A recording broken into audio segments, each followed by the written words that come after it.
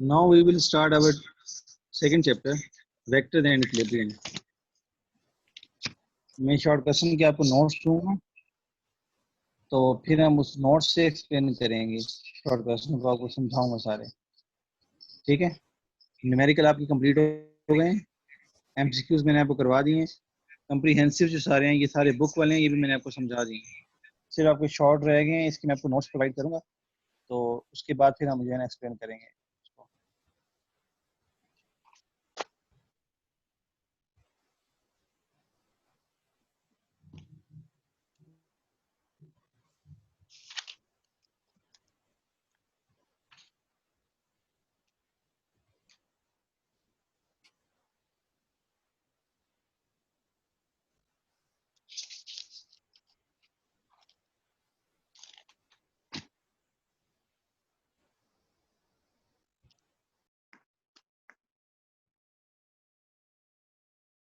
Next आपका है vector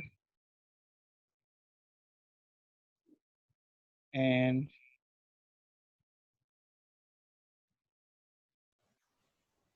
equilibrium. Next आपका है vector, those physical quantities which can be completely described by magnitude as well as specific direction। हम ऐसी quantities जिसमें डायरेक्शन गिवन हो और मैग्नीट्यूड तो स्केलर और वेक्टर दोनों में होता है, लेकिन जिसमें डायरेक्शन गिवन होगी उसको हम बोलेंगे वेक्टर्स। सबसे पहले मैं डिफाइन करूंगा।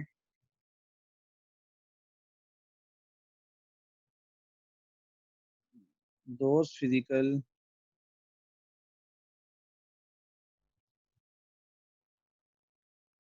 quantities which can be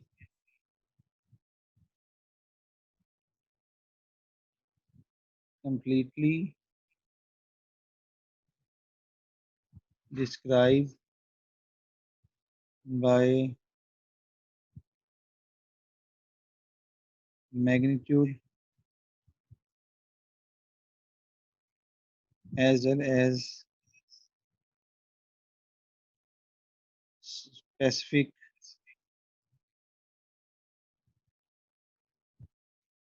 direction।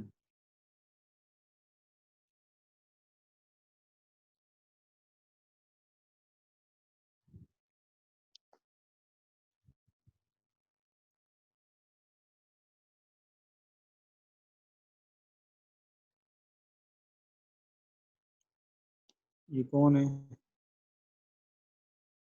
Add ही नहीं करता। They are also called direction quantity. For example, force,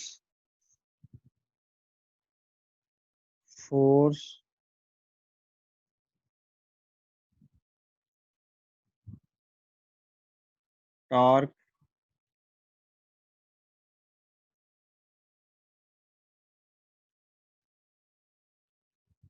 displacement, velocity। Force हम जब किसी ऑब्जेक्ट पे फोर्स अप्लाई करते हैं, जाहिर है उससे हम डायरेक्शन देते हैं ना, तो फोर्स लगाएंगे किसी ऑब्जेक्ट पे, जाहिर है उसको डायरेक्शन है, किसी सिंक में डायरेक्शन देंगे। ये आपके पास वेक्टर क्वांटिटी है। टॉर्क, जब भी हम टॉर्क अप्लाई करते हैं, हम डोर को ओपन या क्लोज करें तो हम उसको एक डायरेक्शन देते हैं, जहां हम फोर्स लगाएंगे वहां पे डायरेक्शन होगी। फोर्स की वजह से ये टॉर्क जो है वेक्टर क्वांटिटी है। डिस्प्लेसमेंट देखें, ये short distance between two point. जब शॉर्ट डिस्टेंस होगा तो हमें एक डायरेक्शन दी जाएगी कि इस डायरेक्शन में आपने मूव करना है, तो इस वजह से डिस्प्लेसमेंट जो है ये भी वेक्टर क्वांटिटी है। वेलोसिटी, वेलोसिटी में हम डिस्टेंस को कवर करते हैं, लेकिन हमें डायरेक्शन गिवन होती है, जिसको हम वेलोसिटी बोलते हैं। इस वजह से ये तमाम चीज़ें जो हैं वेक्टर क्वांटिटीज हैं, और ये इसकी डेफिनेशन है। Those physical quantities which can be completely described by magnitude as well as direction। अब इसको हम रिप्रेजेंट किस तरह करते हैं?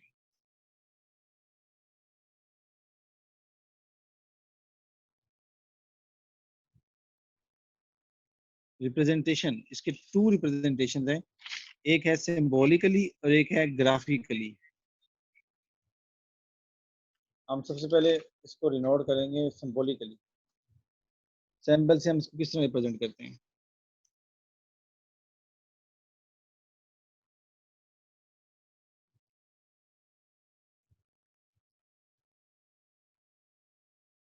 और नेक्स्ट आपके पास है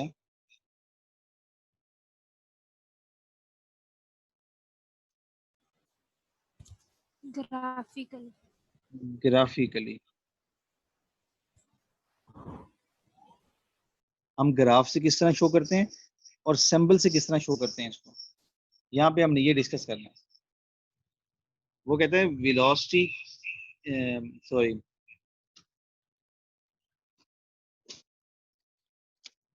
vector can be represented symbolically as well as graphically. सबसे पहले हम सिंबॉलिकली रिप्रेजेंट करेंगे। Symbolically vector can be represented as bold face letter, either capital letter और अ स्मॉल लेटर। चाहे वो स्मॉल हो चाहे कैपिटल हो, हम उसको बोल्ड से शो करते हैं। जिस तरह एक ए है, इसको हमने बोल्ड करना है, यानी कि इस तरह बोल्ड किया वो, ये मैंने बोल्ड कर दिए, इस तरह रिप्रेजेंट करना है।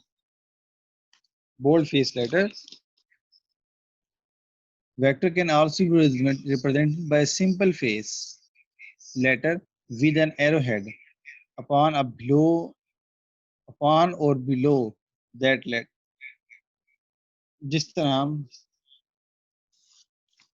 तो जो मैंने ए बनाया ना, इसके ऊपर मैं एरोहेड बनाऊंगा।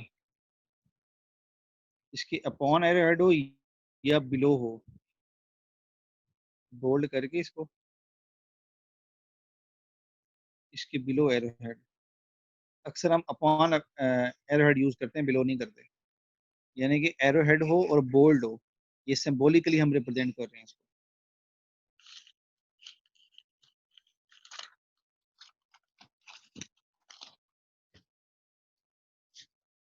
नेक्स्ट ये देखिए, ए बी सी इसके ऊपर एरो हेड है, ये स्मॉल ए बी सी इसके ऊपर एरो हेड है, और वो यहाँ कह रहा है इसके बिलो द एरो हेड।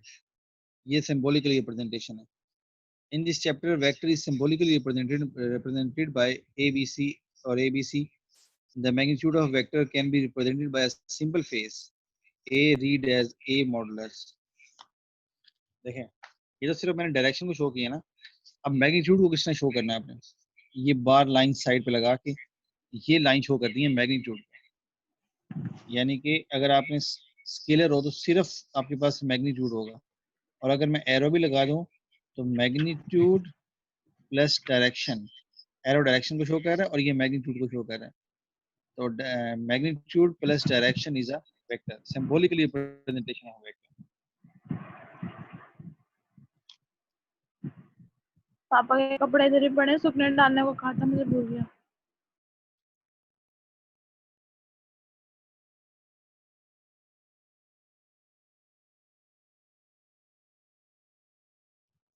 आगे देखिए, symbolically the direction of vector represented by A cap, जिसको हम यूनिट वेक्टर भी बोलते हैं। तो A had as a vector has a magnitude as a direction, therefore symbolically can be expressed as a is equal to, असल में जो हम यूनिट वेक्टर को शो करते हैं,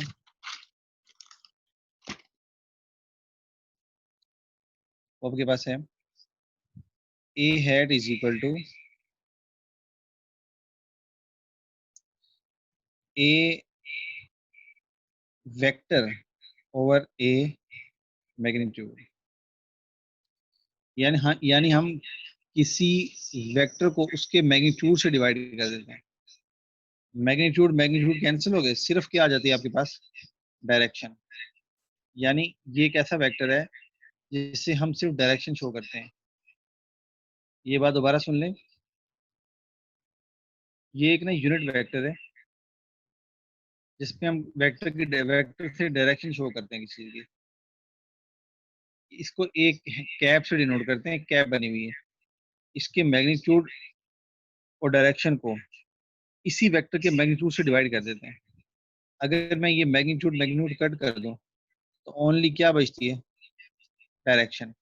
यानी ये जो आपके पास वेक्टर है, ये डायरेक्शन को शो करता है।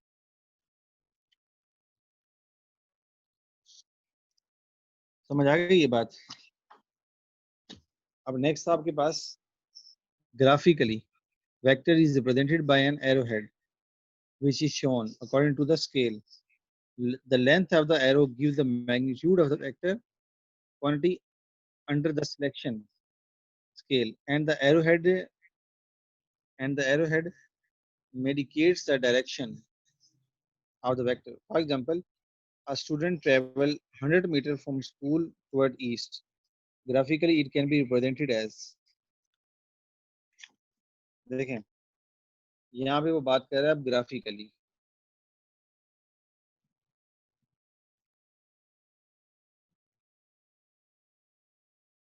इसको हम एरो हेड से शो करते हैं, और जितनी स्ट्रेंथ है एरो की, यानी यहाँ से यहाँ तक, ये इसका है मैग्नीट्यूड, ये मैग्नीट्यूड है सारा, जबकि एरो हेड किसको शो कर रहा है, डायरेक्शन को। एरो हेड से हम इस तरह शो करते हैं। वो यहाँ पे कह रहा है कि अगर एक स्टूडेंट है, वो अपने घर से स्कूल की तरफ आता है, home to school towards east, जितना उसका रास्ता था ना, ये उसका मैग्नीट्यूड था, और जो एरो हेड था ये इसकी डायरेक्शन है। यानी ग्राफिकली हम जो है वेक्टर को इस तरह डिनोट करते हैं, उसके मैग्नीट्यूड और डायरेक्शन से। फर्स्ट करंट डिस्टेंस 10 मीटर था, तो ये इसका मैग्नीट्यूड था। एरो हेड जो एंड पॉइंट है, ये इसकी डायरेक्शन को शो कर रहा है।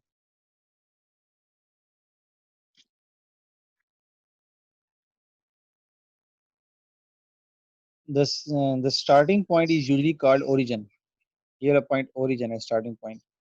और टेल ऑफ द वेक्टर, इसको टेल बोलते हैं, ये साइड इसकी हेड होती है जहाँ पे एरो बना हुआ है। The end point is usually called the head of the vector. This is the tail of the vector, this is the head of the vector. ठीक है, इसको एक दफा रीड कर लें आप, ये यहाँ से वेक्टर से लेके यहाँ तक, इस पॉइंट तक जल्दी से रीड कर लें। अगर आपको समझ नहीं आया तो फिर मुझे बताएं, मैं आपको आगे आगे लेक्चर देता हूँ। Okay sir. जल्दी से करें, मैं आपको 2 मिनट दे रहा हूँ। जी sir.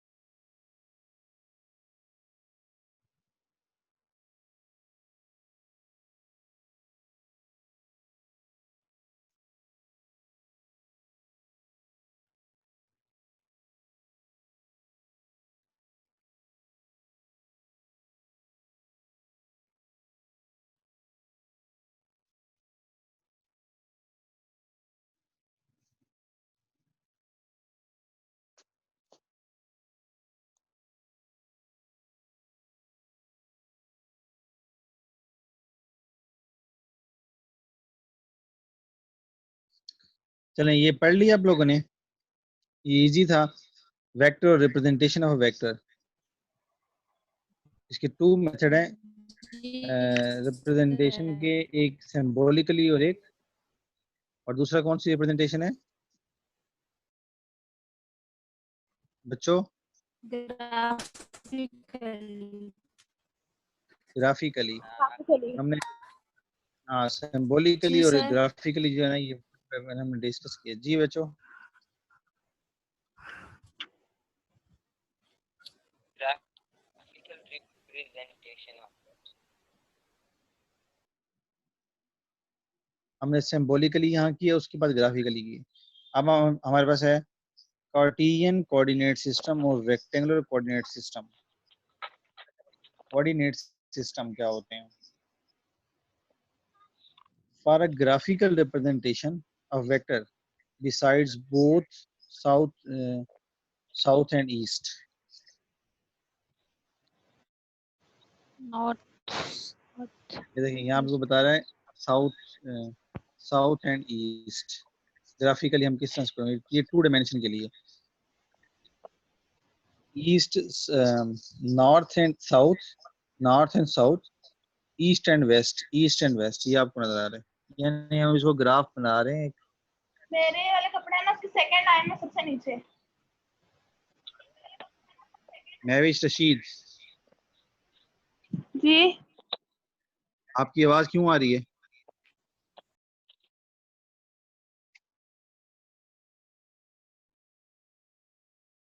The concept up down and right and left. ये देखिए, ये up and down, right and left, यहाँ भी शो किया हुआ है, up and down, right and left.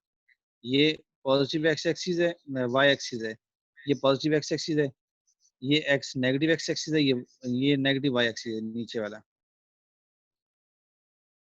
But for the sake of simplicity and uniformly a set of two mutual perpendicular lines for two dimension case।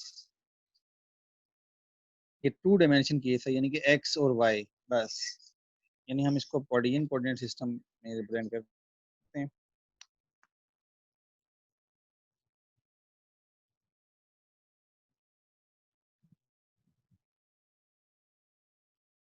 Cartesian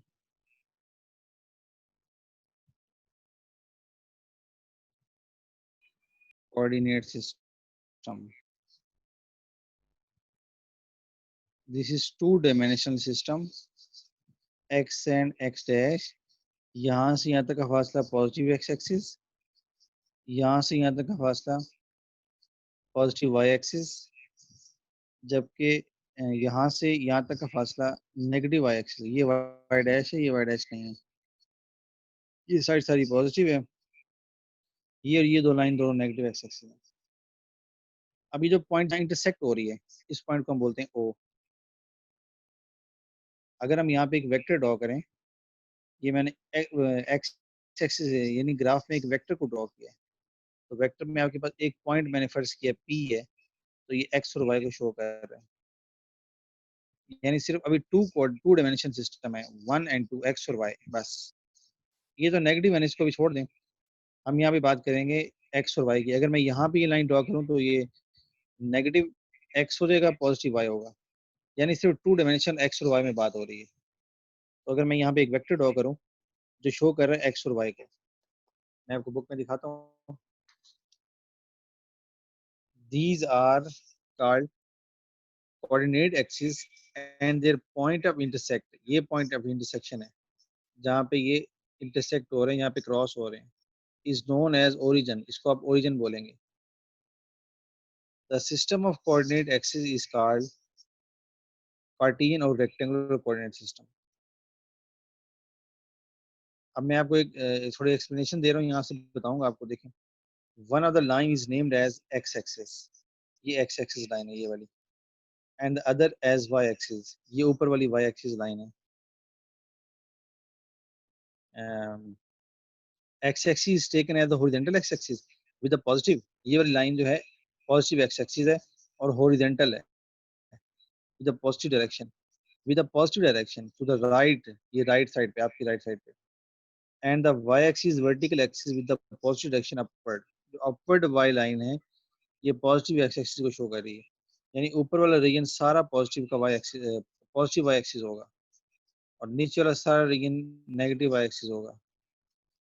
the direction of a vector in x y plane. आपने x y plane में एक vector draw किया, एक vector ये बना हुआ vector, is denoted by the angle which the representative line of the vector makes with positive x-axis.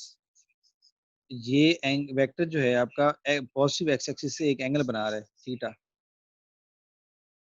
In the anti clockwise direction, यानी ये वेक्टर जो है एंटी क्लॉकवाइज डायरेक्शन में एक एंगल बनाएगा। एरो देखें कहाँ से कहाँ जा रहा है, एरो ऊपर की तरफ जा रहा है ना, ये जो एरो बना हुआ है एंगल वाला ब्लैक कलर का, ये ऊपर की तरफ मूव कर रहा है।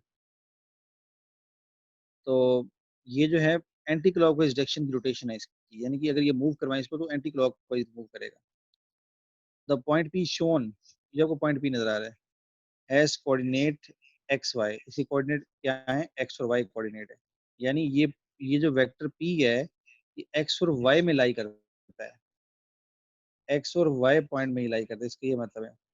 It mean that we can each point p by moving a unit vector along the positive x axis and b unit along positive y axis। ये a का मतलब है ये जो वेक्टर है a या x एक्सिस, ये पॉजिटिव x एक्सिस में लाई करता है, और b का मतलब है ये पॉजिटिव y एक्सिस में लाई करता है। ये देखिए अगर मैं यहाँ से एक लाइन ड्रॉ करूँ वेक्टर की, ये इसकी x एक्सिस लाइन है, ये अगर ये मैं परपेंडिकुलर ड्रॉ करूँ, ये b लाइन है, यानी कि b लाइन को शो कर रहा है ये y एक्सिस। ये देखिए ये लाइन इसके पैरेलल है ना, ये लाइन y एक्सिस के पैरेलल है, और ये लाइन जो है ये इसकी x एक्सिस के पैरेलल है। ये लाइन इसकी x एक्सिस के पैरेलल है और ये लाइन इसकी y एक्सिस के पैरेलल है। तो हम यहाँ पे बी लाइन जो है उसको हम शो कर रहे हैं कि ये लाइन जो है इसके पॉजिटिव वाई एक्सिस को शो कर रही है, ये line positive y axis show कर रही है, जबकि एक्स ये लाइन इसके पॉजिटिव एक्सिस को शो कर रही है। तो यहाँ पे ये पी पॉइंट है, एक्स और वाई पॉइंट का मतलब है कि एक्स और वाई रीजन में ये वेक्टर लाई करता है, एक्स और वाई रीजन। ये बात समझ आ रही है नहीं आ रही? सर आ रही है। ये तो शॉर्ट बात थी और इजी बात है। we can it means that we can each reach point P by moving a unit along the positive axis and B unit along positive y axis। A और B जहाँ बने हैं ना, A और B, ये positive x axis और ये positive y axis को शो कर रहे हैं। To describe the direction of a vector in space, अब आपने ये टू डायमेंशन थी ना एक्स और वाई, अब हम इसकी बात कर रहे हैं कि ये जो डायमेंशन है ये 3D है, यानी एक्स वाई और जी, एक्स वाई और जी। यहाँ पे जी नहीं था, एक्स और वाई था सिर्फ, यहाँ पे एक्स वाई और जी है।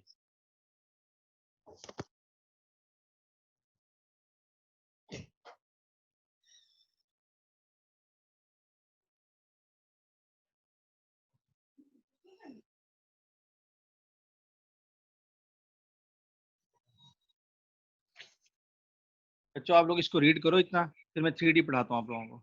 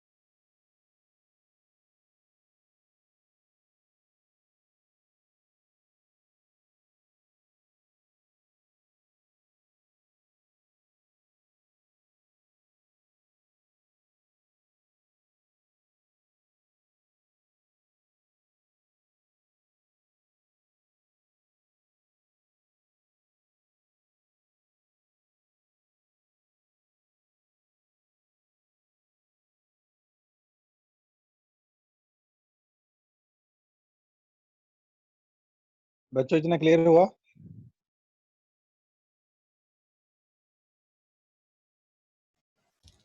जी सर, अभी रीड कर रहे हैं।